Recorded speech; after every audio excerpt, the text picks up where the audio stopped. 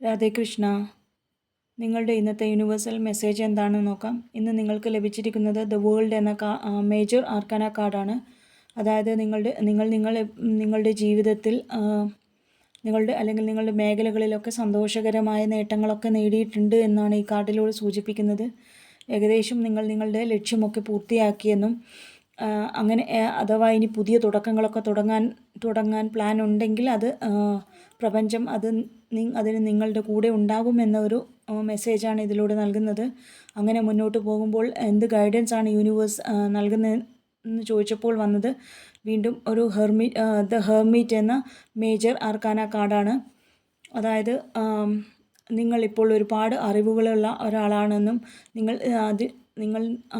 നിങ്ങളുടെ ജീവിതത്തിൽ ഒരുപാട് എക്സ്പീരിയൻസുകൾ നേടിയിട്ടുണ്ടെന്നും ആ അറിവുകളൊക്കെ നിങ്ങൾ മറ്റുള്ളവർക്ക് പകർന്നു കൊടുക്കാനും അല്ലെങ്കിൽ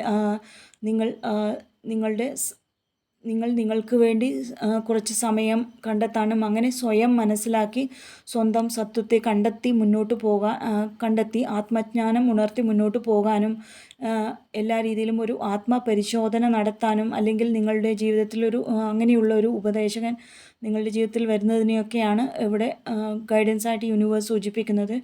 അങ്ങനെ ജീവിതത്തിൽ ഒരു ആത്മപരിശോധന നടത്തി മുന്നോട്ട് പോകുമ്പോൾ നിങ്ങൾ എന്ത് ശ്രദ്ധിക്കണം അല്ലെങ്കിൽ എന്ത് ആക്ഷൻ എടുക്കണമെന്ന് ചോദിച്ചപ്പോൾ വന്നത് ദ ഫൂൾ എന്ന മേജർ ആർക്കാന കാർഡാണ്.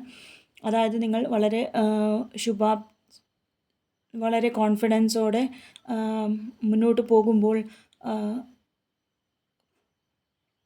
ആരെയും കൂസാതെ വളരെ ഉത്സാഹത്തോടെ പുതിയ തുടക്കങ്ങളൊക്കെ തുടങ്ങി മുന്നോട്ട് പോകുകയാണെങ്കിൽ അങ്ങനെ പോകുമ്പോൾ ഉണ്ടാകുന്ന അപകട സാധ്യതകളെക്കുറിച്ചൊക്കെ നന്നായി പഠിക്കാനും എല്ലാ വശങ്ങളും ചിന്തിച്ച് വളരെയധികം ശ്രദ്ധിച്ച് മുന്നോട്ട് പോകാൻ അങ്ങനെയൊരു മെസ്സേജാണ് നിങ്ങൾക്ക് യൂണിവേഴ്സ് നൽകുന്നത്.